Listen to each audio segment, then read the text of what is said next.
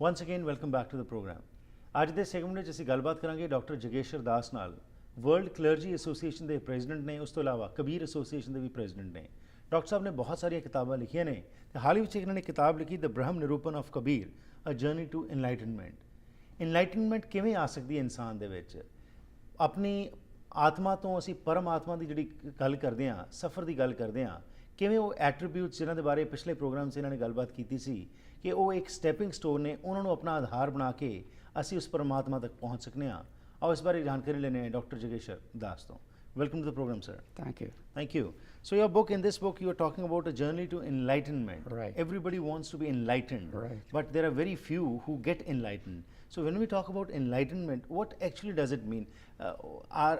Like when I say somebody is enlightened, so is there some physical difference in a person, or how can one realize that one has gotten enlightened? Yeah, there are certain characteristics that. Let's say there's a light in this room. Right. It's bright. We Right. can see. Just so, when God is in you, Right. it is said by the great teachers, it's equal to millions of suns in brightness. It's Right. allegorical. Right. Okay. It means that God's light is beyond all light. Right.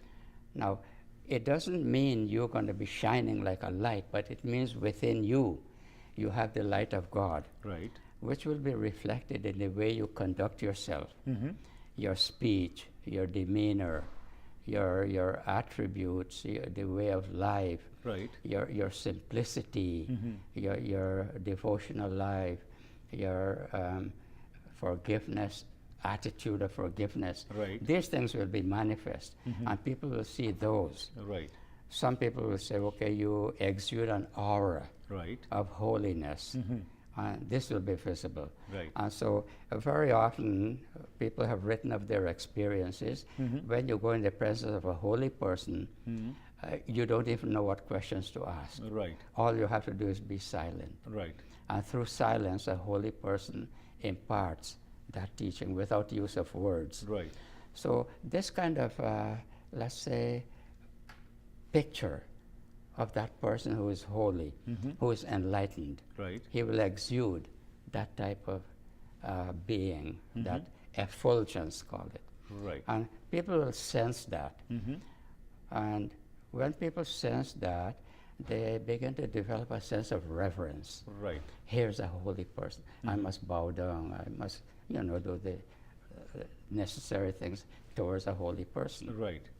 So, like you said, lots of things in our scriptures are allegorical. They're just indicating to some things. But these days, what we find is many a times we just get attached to those things, and we are not understanding or trying to grasp or what is behind that. So do you think that is a major challenge today in religion? Well, it is a major challenge, yes, because we're oriented to think of materialistic things. Right. And it's the materialism that surrounds us that takes us away from going beyond the material. Right. And we know that the body is material. But what is the non-material part? Right. Within the material is the non-material. Right.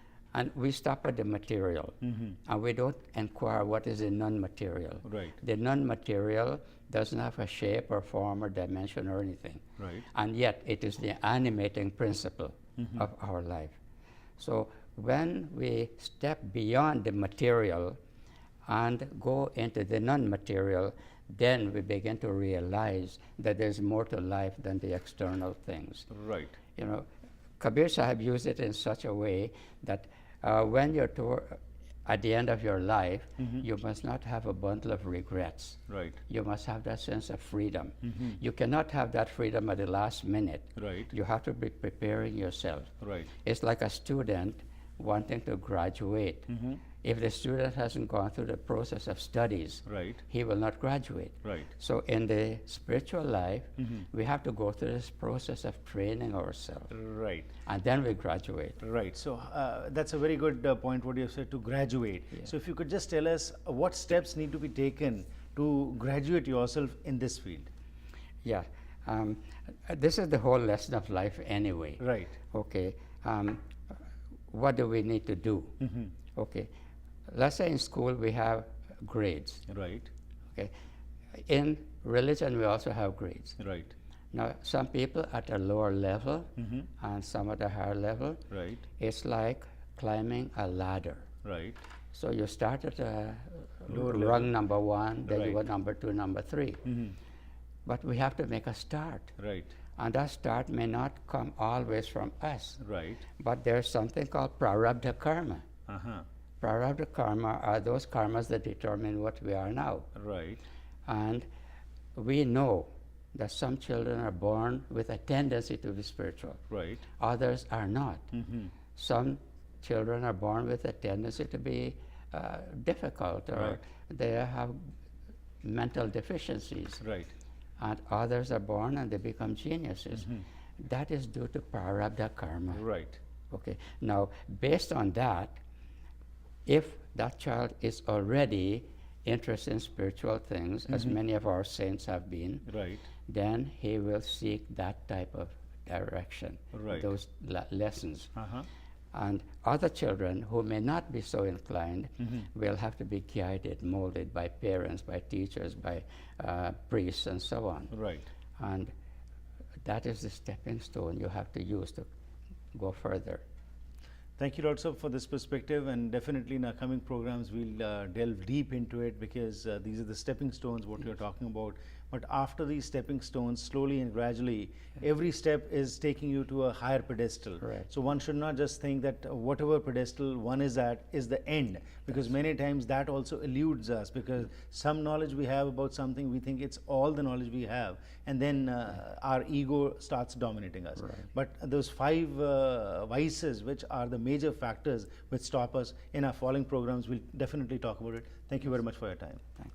ਸੋ ਅੱਜ ਅਸੀਂ ਗੱਲਬਾਤ ਕੀਤੀ doctor ਜਗੇਸ਼ਵਰ ਦਾਸ ਨੇ ਸਾਨੂੰ ਦੱਸਿਆ ਹੈਗਾ ਕਿ ਇਹ ਸਟੈਪਿੰਗ ਸਟੋਨਸ ਜਿਹੜੇ ਹੈਗੇ ਨੇ, ਧਰਮ ਜੋ ਹੈ ਇਹ ਸਾਨੂੰ ਸਿਖਾਉਂਦਾ ਹੈ ਕਿ ਕਿਵੇਂ ਅਸੀਂ ਇੱਕ ਇਨਸਾਨ ਬਣਨਾ ਚੰਗਾ।